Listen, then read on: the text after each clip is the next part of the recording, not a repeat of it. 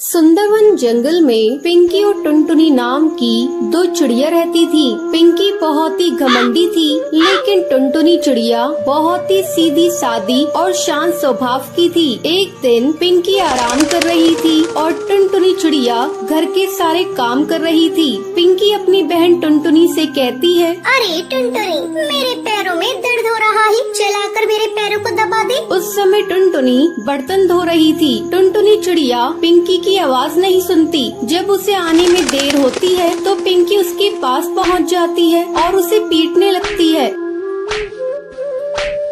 पता नहीं अपने आप को क्या समझती है। मैं पुकार रही हूँ और तू है कि सुनती ही नहीं।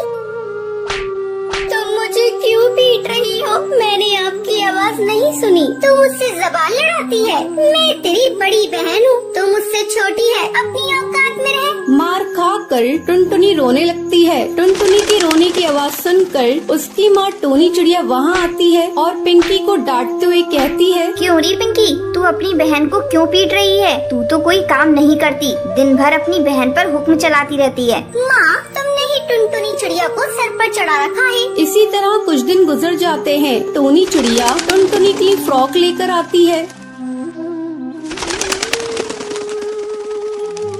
और टुनटुनी को देते हुए कहती है, टुनटुनी, ये ले, मैं तेरे लिए फ्रॉक लाई हूँ। तभी वहाँ पिंकी आ जाती है और टोनी चिड़िया के हाथ से फ्रॉक छीन लेती है। तुम मेरे साथ बहुत भेदभाव करती हो। फ्रॉक मैं लूंगी। टुनटुनी चिड़िया ये फ्रॉक लेकर क्या करेगी? पिंकी फ्रॉक लेकर वहाँ से चली जाती है और फिर कमरे में जाकर वहीं से आवाज लगाती है, माँ, मुझे बहुत जोरों की भूख लगी है। मेरा खाना मेरे कमरे में भेज दो। थोड़ी देर बाद टुनटुनी चिड़िया पिंकी को खाना देने जाती है। पिंकी थोड़ा सा खाना खाकर कहती है, छी, ये तूने कैसा खाना पकाया है? खाने में कोई टेस्ट ही नहीं है। इतना कहकर पिंकी खाने को फेंक देती है। जब टोनी चिड़िया पिंकी के कमरे में आती है तो देखती है चारों तरफ कमरे में खाना बिखरा पड़ा था। वो चिल्लाकर पिंकी से कहती है, आज मैं तेरा सारा घमंड तोड़ दूंगी। घर का तो कोई काम करती ही नहीं, सारा काम तो टुनटुनी करती है और तेरे नखरे तो ऐसे हैं जैसे कोई रईसजादी हो। चल निकल जा मेरे घोंसले से, अब तू यहाँ नहीं रह सकती। तेरी जैसी के लिए मेरे घर में कोई जगह नहीं।